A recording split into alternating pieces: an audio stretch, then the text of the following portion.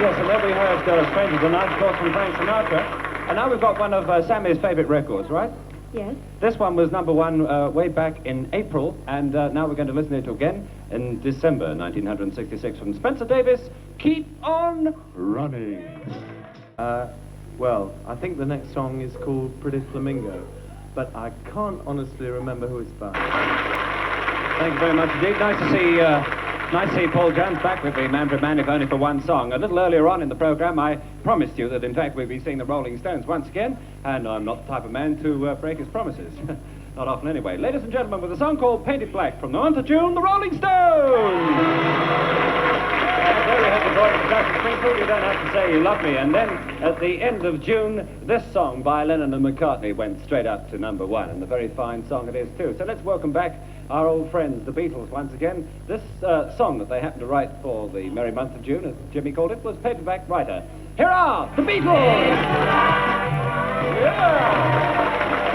Well, that brings us to the end of part 1, ladies and gentlemen, of Top of Pops. I sincerely hope you have enjoyed it. We're going to close the show with Johnny Pearson and the Top of the Pops Orchestra, with the Go-Joes dancing out to our signature tune.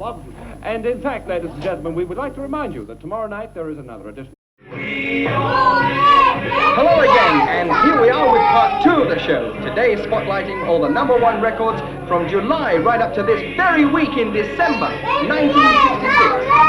And to make the introductions, let's welcome 2 of our top DJs, Simon D. Hello, hi people. And Alan Freeman.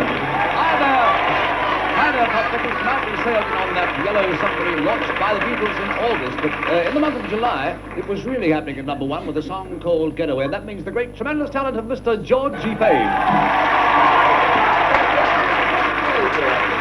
Georgie Payne, fantastic. Thanks, Georgie. Very much. Getaway. Well, don't forget, this is the show where you're going to see some of the #1s between the sort of summer and up to December, as far as we can get anyway. Don't know how we'll get in the show, but we'll do our best. Name this one for you. With a girl like you, has to be only one group. A big Top of the Pops welcome for the Trogs.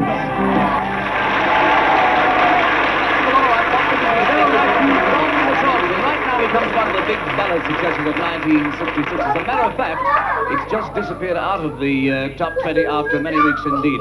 And if we mention the title, distant drums, we talk of Jim Reeves.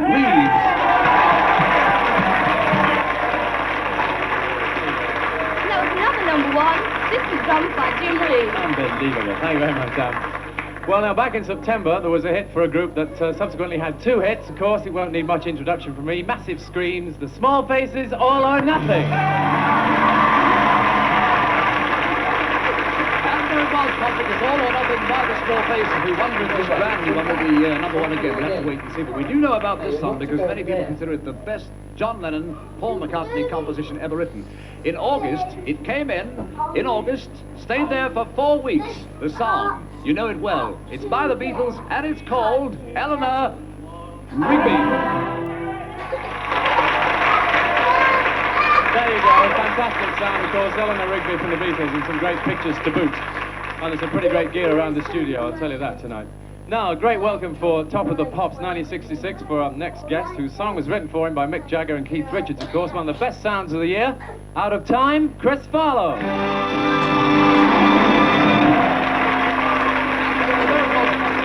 one that had the whole country singing. That's Chris Farlow, Out of Time, with a quarter hit from him in 1967 too. But right now we come to a more recent #1 in Top of the Pops that brought an American group over here with a great, great sound indeed.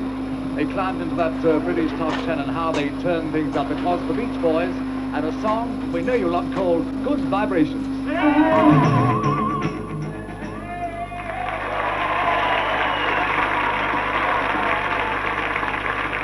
was nice, wasn't it? What's your name? Very nice too. I told you about the gear, didn't I? Right, well, I think it's time to welcome another guest on Top of the Pops 66. Can I leave my arm there? Fantastic. A year ago he was at #1, and recently he was there again. Tom Jones with that Green, Green Grass of Home. And there it was, Popsicles. What a great song too. The Green, Green Grass of Home from Mr. Tom Jones. Now, what was next, Sam? Oh, a group who had a #1 in July. In July, that means it's a summer song, doesn't it? Summer song in July, and a group that had a big hit here in Great Britain. That means Sunny Afternoon and the Kinks.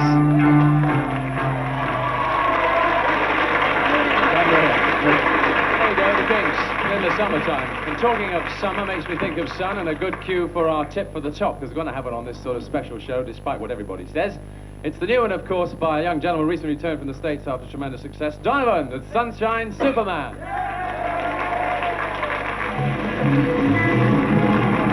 It's a great record, all right, Pop, because Sunshine Superman from Donovan. That's what Simon says, but I've got another tip for the top too. It's Morningtown Ride, and it comes from the Seekers.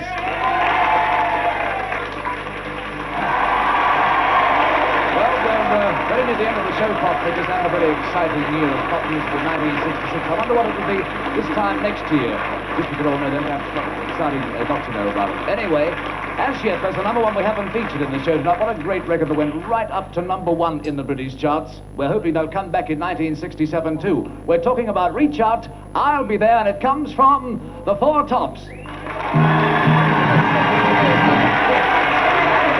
I'll Be There from the Four Tops, and that's all there is tonight. So on behalf of Simon, Thank you very much, Alan. Yes. good night. Good night. And Sammy, Good night. and from me, Pop Pickers, and a Happy New Year from Top of the Pops, 1966.